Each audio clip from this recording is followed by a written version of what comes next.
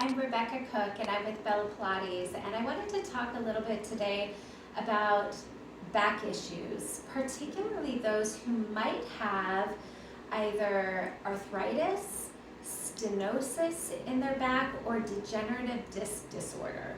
Okay, I am not diagnosing anyone particularly with this, but one sign, one indication that you might have one of these three issues, or even sciatica issues, is that when you sit down, your back doesn't hurt. When you stand up, it does. And that's because when your back, when you're coming up to a standing position and it's more lengthened, your spine, the vertebrae are already compressed, and they're most likely compressing on a nerve. There's all sorts of other things going on, but that's a clear indication that something is not right in the body. But that kind of pain is actually a good thing, because our body is giving us an indication that we need to do something about it. One of the worst things we can do is to just not do anything about it and continue in the pain, and it's only going to get worse. We have to start moving, we have to start lengthening and trying to gain some traction for the body. So this exercise routine is one that I'm giving one of my clients to do, and she's having some of those issues, and so we're going to look at what some good exercises to start out with are. So one of the things I want you to do is grab a ball like this, if you have one at home, and you're going to put it up against the wall. And then what I want to do is, I don't want to be directly upright, because again, that does give you some pain when you're standing upright. You're actually going to lean back against this ball and move your feet out away from you, okay? So my feet are about 6 bones width apart. I have my feet out quite a bit. I have some weight into my heels. And what I'm going to do is do just a tiny bit of tuck under of my pelvis. Because those people with arthritis and these issues in their back, stenosis, may have a little bit more of an anterior pelvic tilt. That's when your pelvis moves forward and gains some compression in the back. We want to lengthen it out to more of a neutral-ish spine. We're gaining a little bit of traction by turning under the pelvis, okay? So once I've done that and I'm staying in that position, I'm actually going to bend to a reasonable place. Now, you might not be strong enough to go very far, and that's okay. And then we're going to push through the heels to come up. Where I want to feel this is in the glutes and the back of the legs. So I'm nice and strong. I'm keeping that nice long spine as I'm coming up and down. I'm leaning, I'm pulling in with my core on that exhale. And what's nice about this is my back is supported in this position. If you need to lean forward a little bit at the hips, because that makes the issues in your spine feel a little bit better, that's just fine to do for now. We're pushing up through the legs. The stronger you get, the lower you're going to be able to go in this squat position. But this just gives you a lot of support for the spine and gets you the strength that you need to start achieving to have supportive hips and back. Now, once you've done a set in parallel, what I want you to do is just slightly turn out. Now, if you have any sciatica issues, you may find that the side that sciatica issue is on, you might have a slight upslip of that hip, and you might have more rotation in that leg and that hip. So what we want to make sure is that we're not turning out super wide as we can, but that we're just turning out a little bit to work different muscles in the legs, okay? So same thing here, we want to make sure that our hips are staying stable, so you can put your hands on your hips. I like to think of these little bony parts of my hips as headlights pointing forward. Same thing, if you need to lean forward a little bit, bending from the hip joint, sitting back you can. All right, so I'm really paying attention to when I'm bending my knees that I'm not doing this and lifting one hip. more than the other. I'm really keeping a nice even Steven in my hips. There we go. So we do, let's try it like 6 to 10 repetitions in each position. Then we're going to put our feet all the way together. We're going to try to squeeze our knees together as we come down. Our feet are still away from us so that we can push through that heel. Same thing as we come down and push up. You're going to feel a little bit more engagement through the inner thighs as you're squeezing those legs together. Another little option in this foot position would be to put a little small ball in between the knees.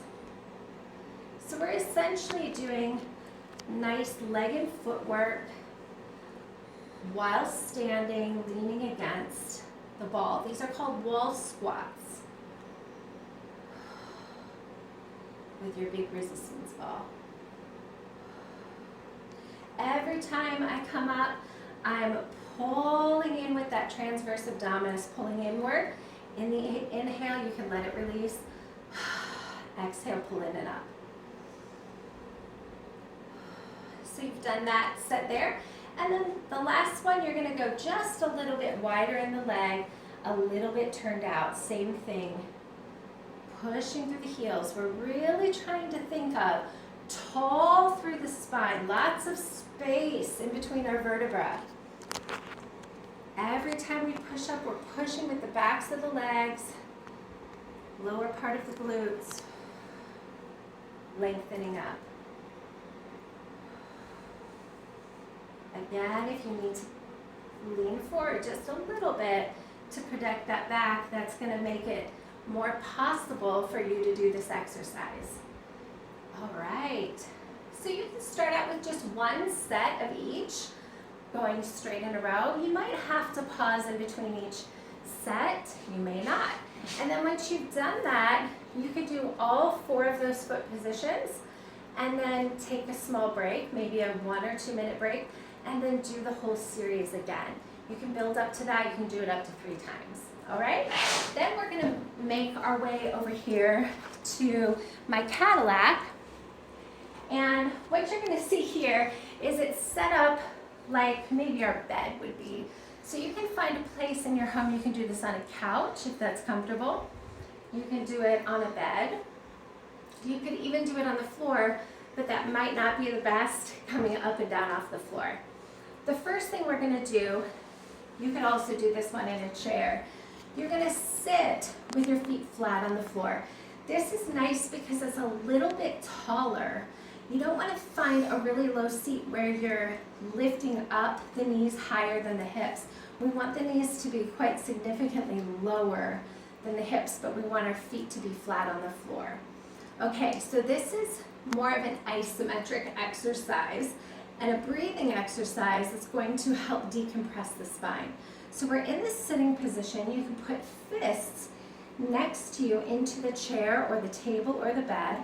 And what you're going to do is press your feet down into the floor, press your fists into the chair, and lift your spine up tall. We're getting traction or decompression of the spine in this position. We're lengthening up. Inhale and exhale. Every time I exhale, I'm pulling in, utilizing that transverse abdominis. Inhale, I let everything expand. But I'm holding that lift, really lifting tall.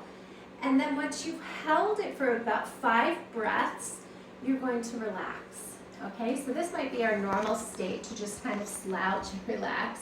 But what we want to start doing is training the muscles around the spine to help lift our spine open, open, open to create some decompression. Okay, so inhale, deep breath. You're going to exhale, push with your feet. Lift up. Inhale.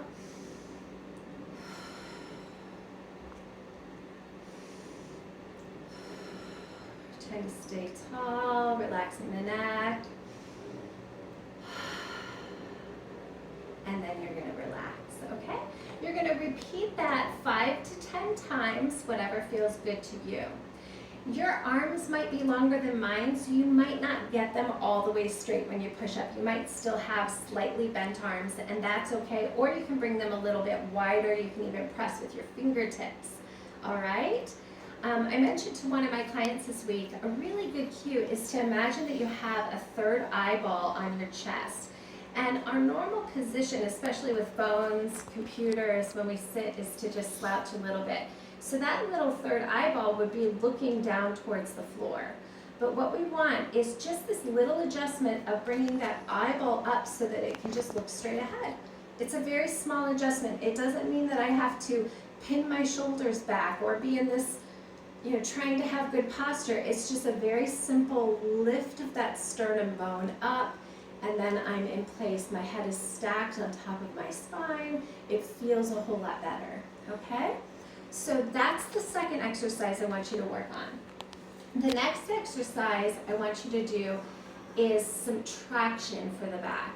And this is going to be very specific per person because people with these issues have a hard time laying flat on their back. We do want to start creating some mobility in the hips and in the back. So you may have to play around a little bit with the best position. They do sell what are called wedges on Amazon, and we don't want to be on a wedge forever, but what they are is a little foam piece that is slanted like this, and you can lie down and you can be more lifted upright as if you were in a recliner. And that's sometimes a good place to start if you're having a lot of back spasms and things that are bothering your back. But ideally, you might want to stack, if you don't have a wedge, you can stack a couple pillows up front and then maybe one here, and that might just lift you up in a little bit more of a slant. So in the best way that you can, you're going to swing your legs around and lie down so that you're propped up. Another place to prop, if it feels good, to lie a little bit more flat is you can put a towel or a mat underneath your sacrum and your pelvis so that you're a little bit more posteriorly tilted. We're lengthening out or tractioning the spine in the direction that we want to get it to. So the next thing you're going to do, I just took a little band that I have here at home. You could take a belt, you could take a towel, something that's a little longer if you have a hard time reaching this leg up. You want to pull one leg in, the knee is bent, and it's not necessarily about pulling it as far in as you can. We want to kind of pull in and have some tension on this, but we want to feel like we are dropping the tailbone. We're turning under a little bit to create some traction. So there's a little bit of pull and there's a little bit of lengthening the hip away from us. Okay, so we're just pulling in, holding for about 20 seconds, and then bringing down that leg a little bit. Pulling in, breathing through this. You want to be really careful that you're moving within a range of motion that is not causing the back pain or the back spasms. You release and then pull in again. So you do that about 5 times on each side, and that's really going to help traction that back. Now you can start that exercise on your tighter side. If it was your right side, you would start on the right side. Do your left side and come back to the tighter side, and that will allow the brain to feel what it's like in that more lengthened position and come back to that side that's not so good, okay?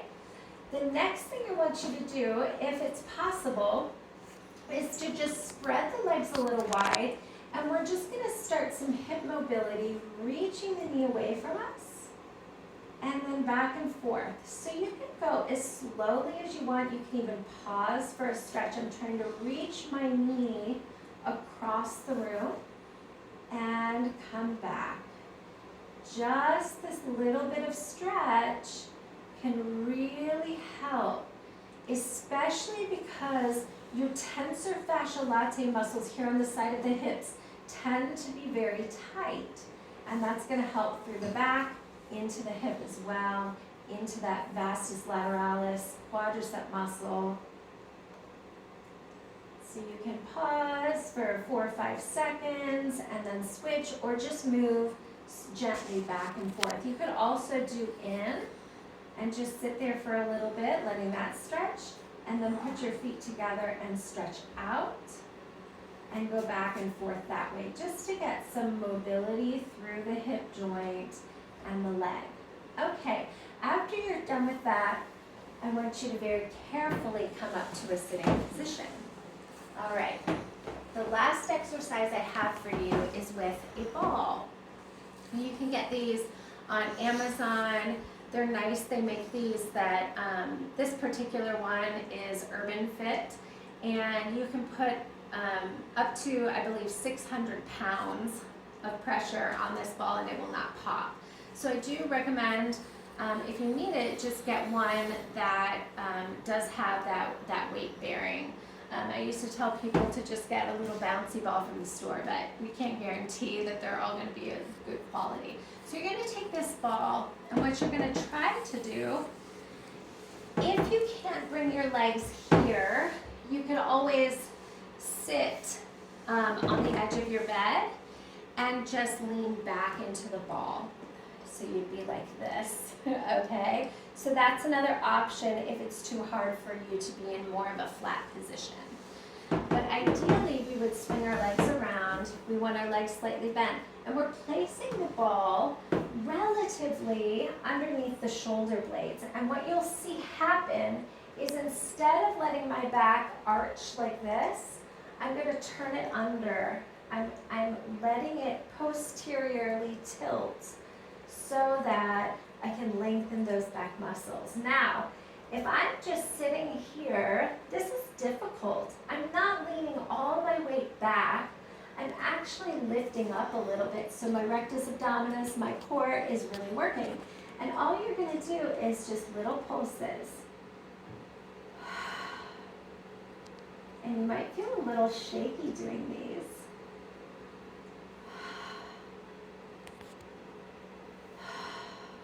So we're exhaling on the way up. We're pulling in the abdominals towards us as we lift.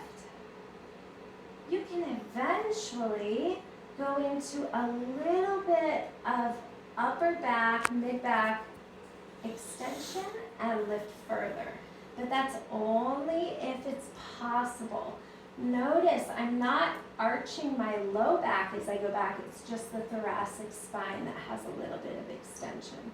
But that's really as you get a little bit stronger. So that's a really good routine to start out with. Again, if you're having issues like arthritis, stenosis, degenerative disc disorder, even sciatica pain, you may be having back spasms, so it's a little bit harder for you to stand. You feel more comfortable sitting. If it's the other way around, I will do another video soon with some exercises that can help. Always consult with your doctor before you start a new exercise program. I hope you enjoyed this series. Again, I'm Rebecca Cook with Bela Pilates.